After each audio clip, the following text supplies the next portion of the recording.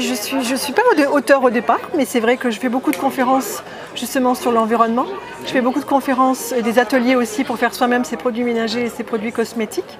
Je suis animatrice de la fresque du climat, donc vraiment moi mon idée c'est de propager et de parler beaucoup de notre environnement. Et je suis aussi guide composteur.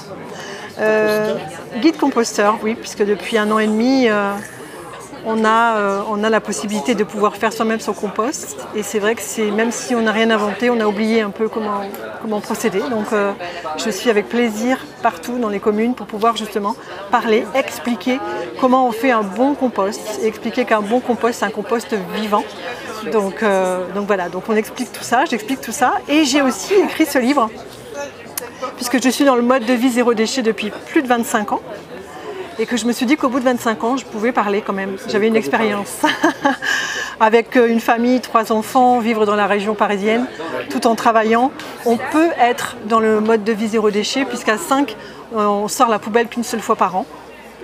Donc c'est possible. C'est possible. Et au contraire, même, on se simplifie la vie.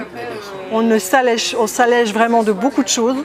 Et ça nous simplifie la vie et ça permet de vivre beaucoup plus de choses et d'événements alors que finalement on pense qu'on s'allège de la vie en allant faire ses courses dans un supermarché, alors que pour moi bien au contraire on se complique la vie et surtout on vide encore plus son porte-monnaie.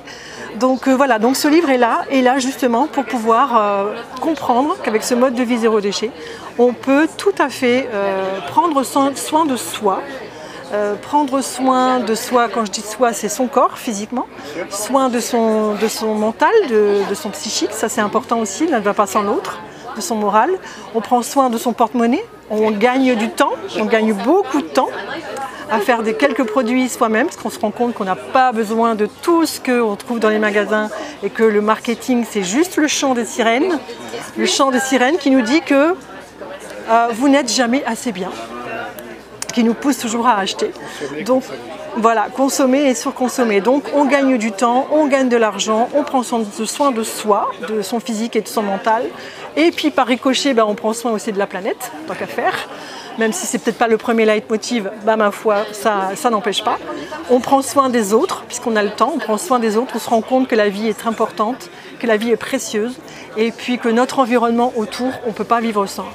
Et qu'on fait partie, on parle beaucoup de biodiversité, on pense aux animaux en général, mais on est un être humain, on fait partie de cette biodiversité. On a tendance à dire il y a la nature d'un côté, l'environnement d'un côté, la biodiversité d'un côté et nous de l'autre, mais non, pas du tout, on ne fait qu'un. Et c'est ce que j'explique justement dans ce livre pour pouvoir justement comprendre et j'espère du coup motiver les gens en disant oui, en fait, en faisant une chose, c'est un peu l'effet papillon. J'arrive à faire plein de choses derrière. Ok. Voilà. Merci beaucoup. Je vous en prie, monsieur, avec plaisir.